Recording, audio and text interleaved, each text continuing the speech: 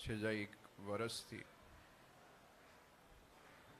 જે દર પૂનમે સભાનું આયોજન થાય છે એમાં માનસ્વામી હમણાં વાત કરી એવી રીતે ગામડે ગામડેથી હરિભક્તો ખાલી સત્સંગનો લાભ લેવા અને દેવના દર્શન કરવા અર્થે જ્યારે આવે છે એ ખૂબ ધન્યવાદ છે આ બધાની નિષ્ઠાને અને આ બધાના ભગવાન પ્રત્યેના સમર્પણને. અને જે પણ આયોજન કાલુપુર મંદિર થકી થતા આવ્યા છે એમાં અમદાવાદ દેશના દરેક હરિભક્તોએ કાયમ એમાં યોગદાન અને સાથ સહકાર અને બધી રીતે એમાં સપોર્ટ કર્યો છે. આજકાલના સમયમાં આપણે જ્યારે જોઈ રહ્યા છીએ કે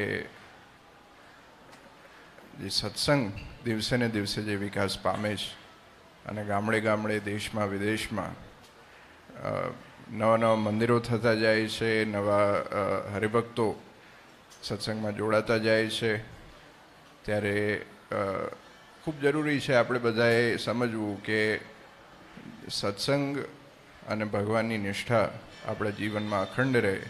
અને સત્સંગ કરવો તો કેવું કરવો એ ભગવાને વચનામૃતમાં બહુ સરસ કહ્યું છે કે શૂરવીરપણું રાખવું સત્સંગમાં, અને કોઈ દબાવે કે કોઈ વિમુખ વાત કરે એનાથી દબવું નહીં.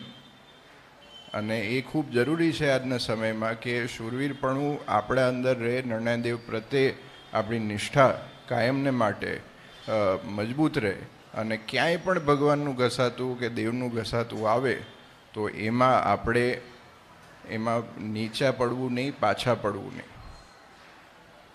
કારણ કે આ દેવ આપણા છે, આ સંપ્રદાય આપણો છે, આ સત્સંગ આપણો છે અને એને સાચવી રાખવાની જવાબદારી આપણી છે.